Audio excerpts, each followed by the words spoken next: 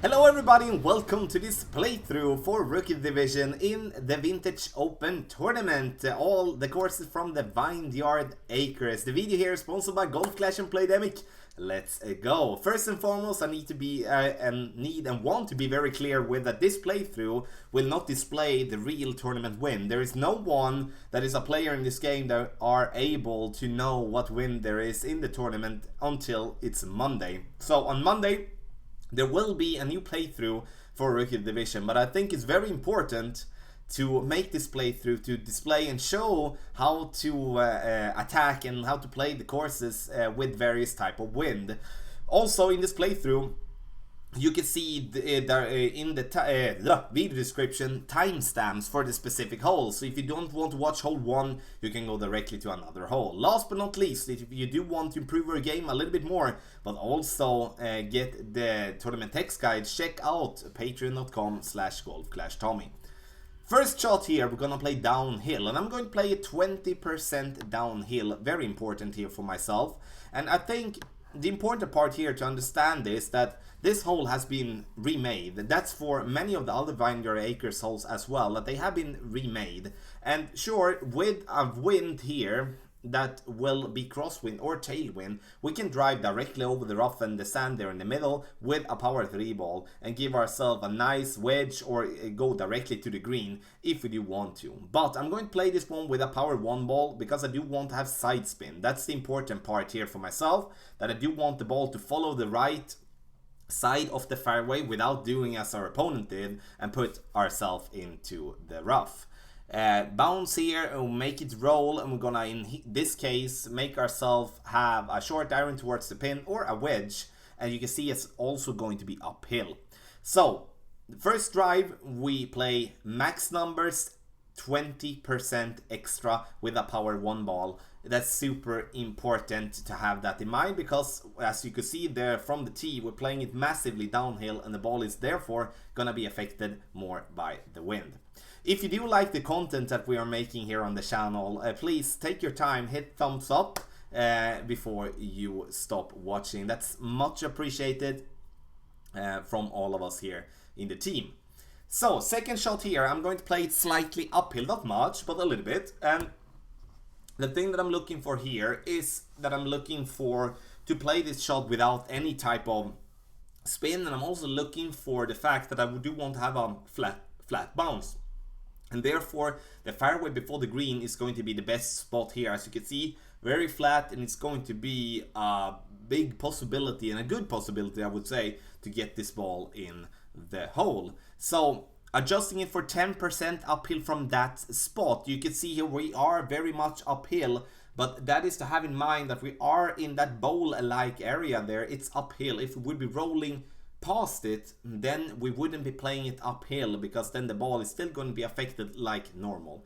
Get in the hole and get some booms, and we go directly to hole number 2. Hole number 2, I would think, is the course that has been the least affected by any changes. And remember that I said during hole 1 that the Vineyard Acres has been getting a change, like a complete remaking basically, in terms of like some of the key aspects of the hole. Hole 1 has a big one, but hole 2 is the one that I cannot seem to find that many differences compared to before, and therefore the play on hole 2 is going to be the same. So I'm going to play with a backbone here instead of a Saturn. The equal part with the Saturn and the backbone is that you do have the same amount of distance on both of the clubs, or at least very close to it.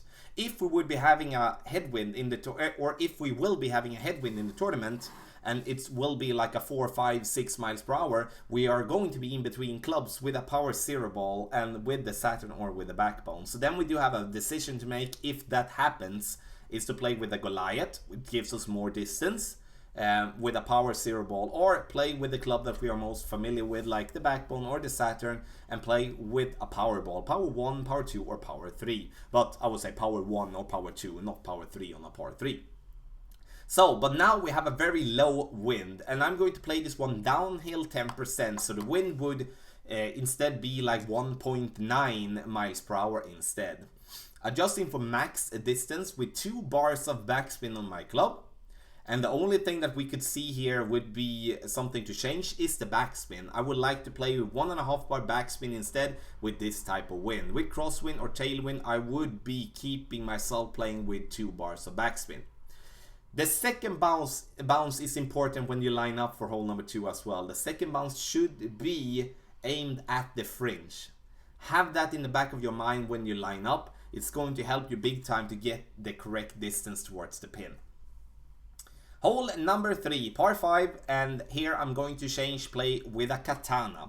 A katana is a ball that I basically never use, but it's good to play with a katana in the lower levels. The reason for that is that we do get power 2 and we also get side spin 3. And here is a course that we actually need both of it. We do need some power, we do need side spin especially. And instead playing with katana, my next option would be a kingmaker. But no, I would stay away playing from kingmakers over like in any form when playing in rookie division. We should be able to play all the holes in a good way with us like highest a Titan ball.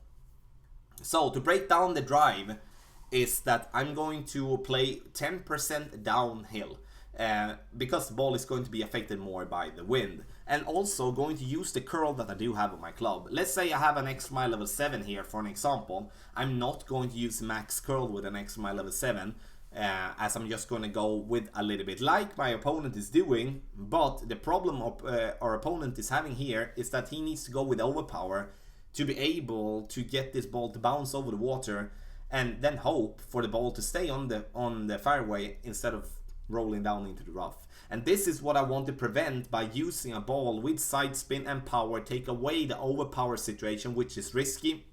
Also the fact that we do not need that much curl if having side spin. Second shot, now we go for the rough bump. Seem tricky, but it is the best way to make an albatross. If you do not feel comfortable with that, go directly on the green. Try to make the ball to stop, but that is a tough shot as well. 1.5 bar topspin, and you can see, for those of you that remember, we did have a hump on the green on the right side of the pin that made the green be very, it often rolled way further than it was expected. Using 1.5 bar, adjusting for medium numbers with no over adjustment or under adjustment made it to be an albatross. And I would say for hole number 3, before we take hole number 4 here, hole number 3 is a very good albatross attempt, but make sure that you put yourself on the fairway. If not, then you're going to have a struggle with even making the eagle. Hole number 4. Hole number 4, it's going to be a par 3, and this has also been some changes here. The changes that we see here for hole number 4 is that we do have a longer fairway in the beginning, and also a more flat fairway in the beginning, which makes that spot so much better to play on than before. Before we played this shot directly onto the green with some backspin because the part before the green was very tiny but also very bumpy. So I'm going to use the beginning there, and the only thing that I want to do here compared to to change from what I'm doing here in the video is use 1 bar of backspin instead of 2. So in this case I'm adjusting for maximum distance of my club with a 10% over adjustment. And why the over adjustment is because the ball is affected more by the wind from the tee box here on hole number 4.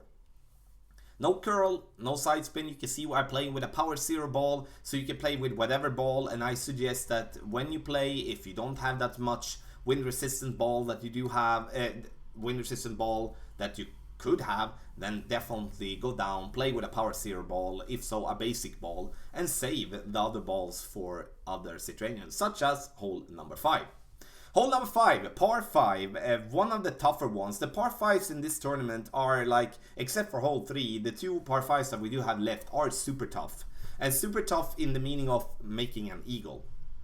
So the thing that is changed here from before is that we do have the trees. You can see the trees, not the one on the right, the one on the more like on the left center part, and those that the ball is on its way towards now.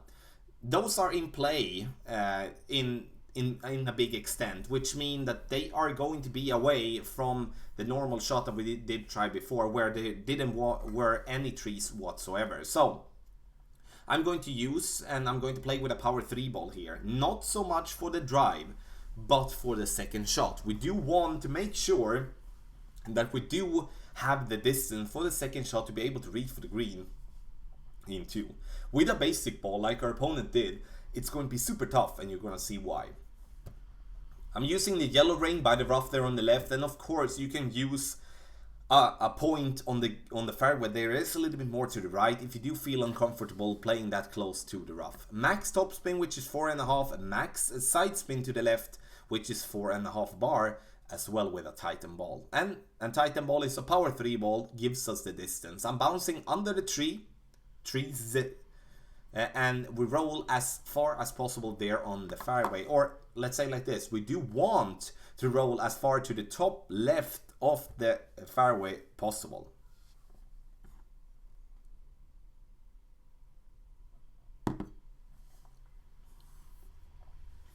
So, next shot here, and here you can see why using a ball with less power is going to be a problem.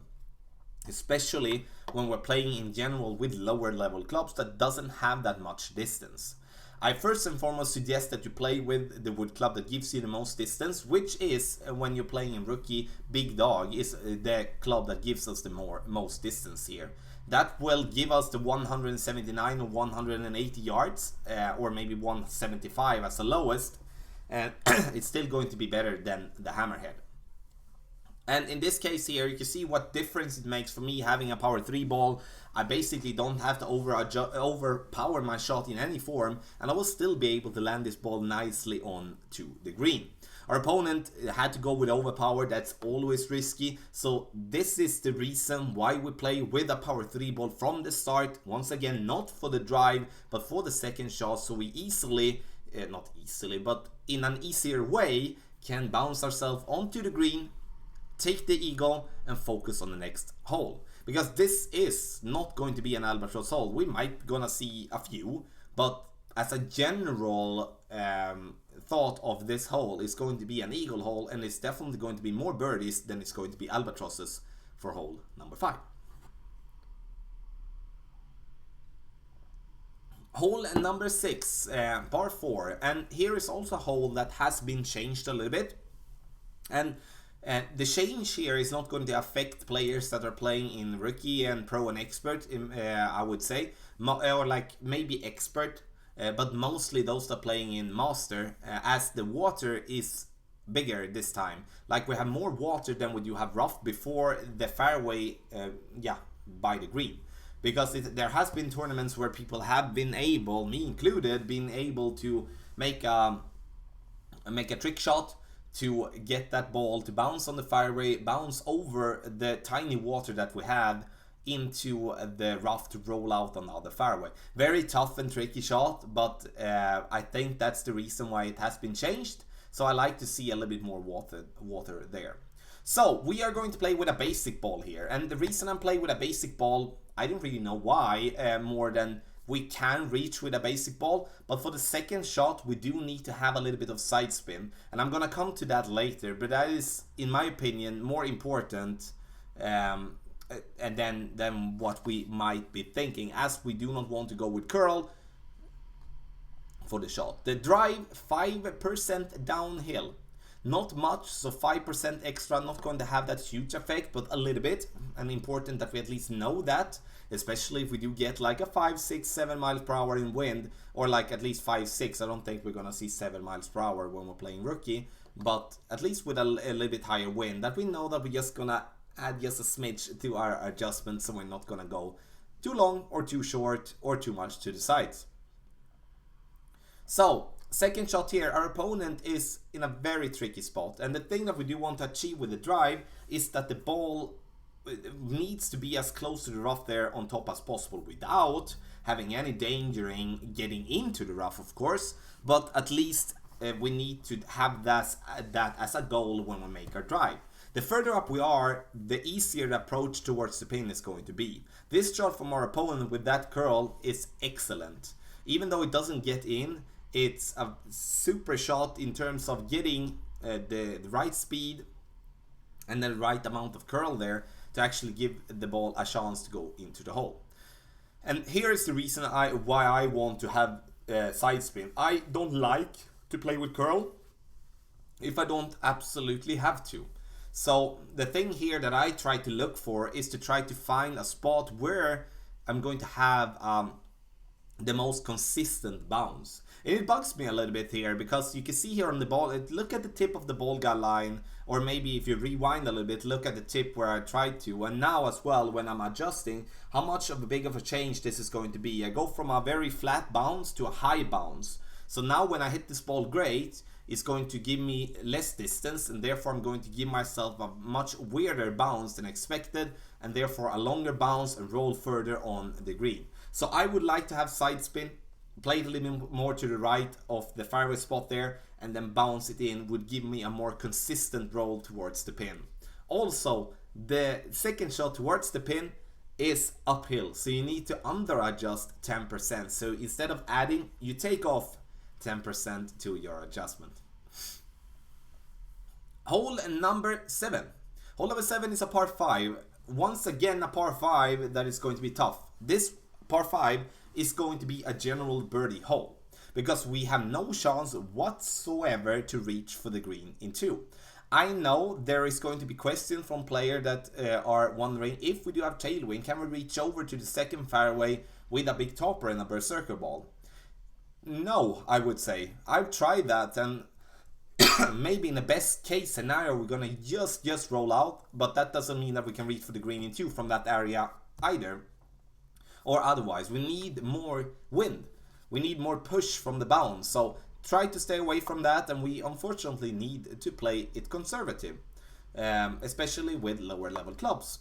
So, and now we're gonna think about it again. The drive we can reach with a basic ball. But will we need distance later on? Yes, we will. So, therefore, I'm going to change to a Titan.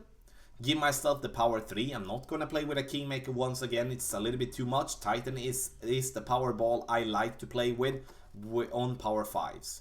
Playing it in medium distance with a 10% downhill adjustment. So the 10% part is the most important part to remember and take with us for this shot.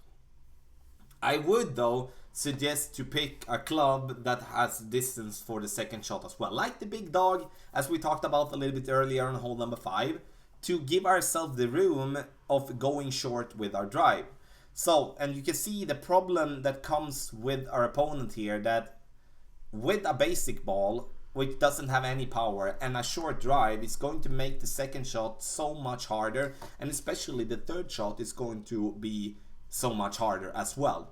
And we need to try to make it as simple as possible for us, that even if we can survive and manage to make the birdie here, we do at least want to find ourselves on a spot where we with not that hard adjustment gonna be able to reach for the green in 3. Max topspin and max side spin to the left here. I do want to go as far there on the left fairway as possible without having the risk of stopping into the rough. Before they made some changes with the Vineyard Acres here before this tournament, we had trees here. Exactly where I'm aiming for now was a bunch of trees, and we had to bounce in between the tree.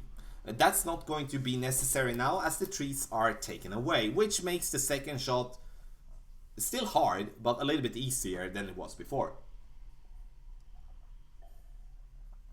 All the trees that we can see on the right side are in play. Every single one of them. So trying to shoot through the trees is just gonna be a miss completely, and it's going to mess up so much. So we do need to play around it, and that's once again why a ball with some side spin, with some power, is going to be easier. The thing that our opponent is doing here is using max curl on the big dog, which makes this one to be an absolute lovely shot. And I say lovely even though it's not on the green, but from that area with a basic ball, that is a lovely shot, and I will take that myself all day and every day going forward.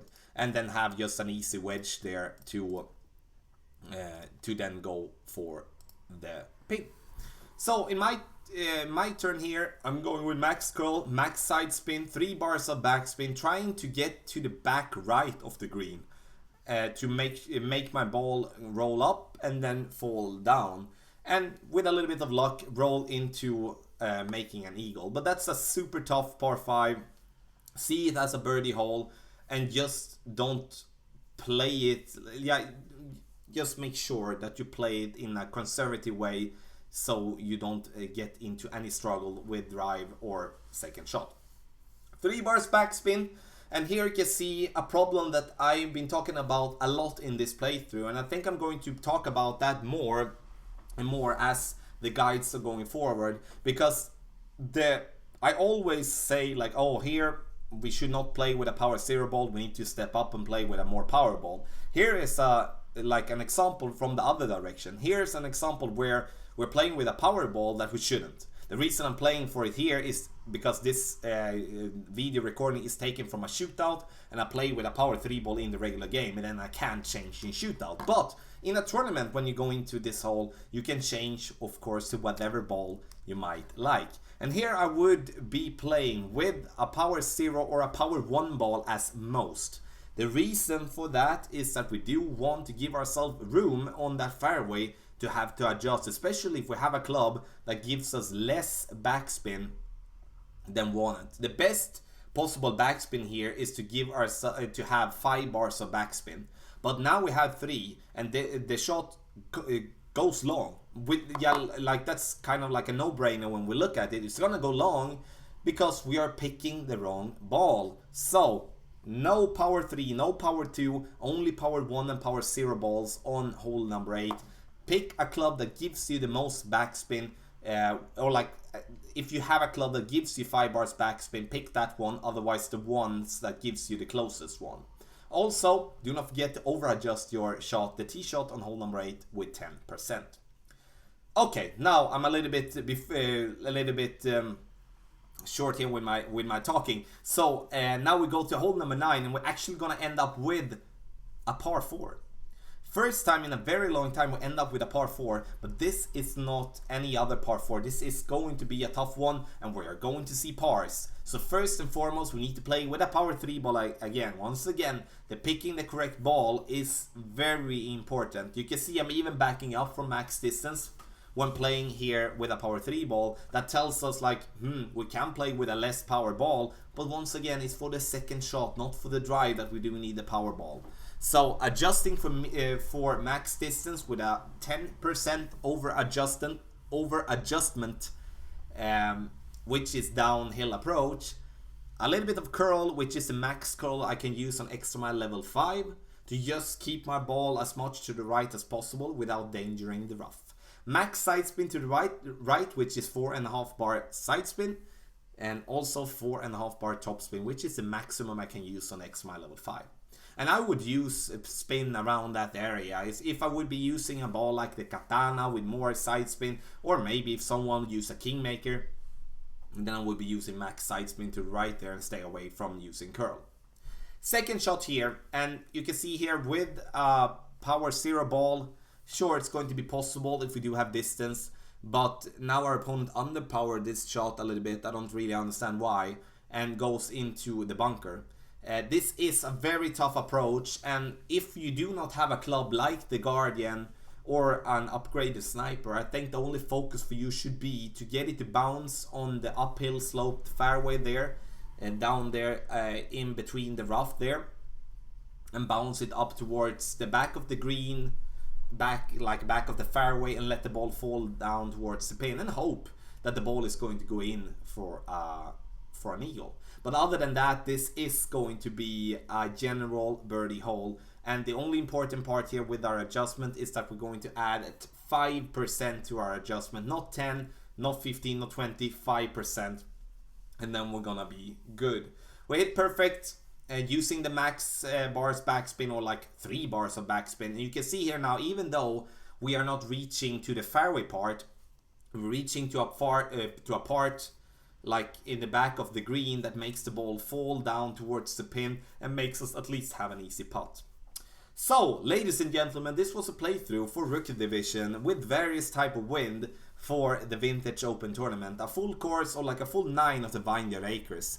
I would say we have been having lately tournaments which has been giving us low scores, like minus 30, 32, 35, etc. And this is not going to be a tournament like that. Sure, we're going to see low scores, but we have some very tough holes here. No one of the par 3s are easy to make an hole in one.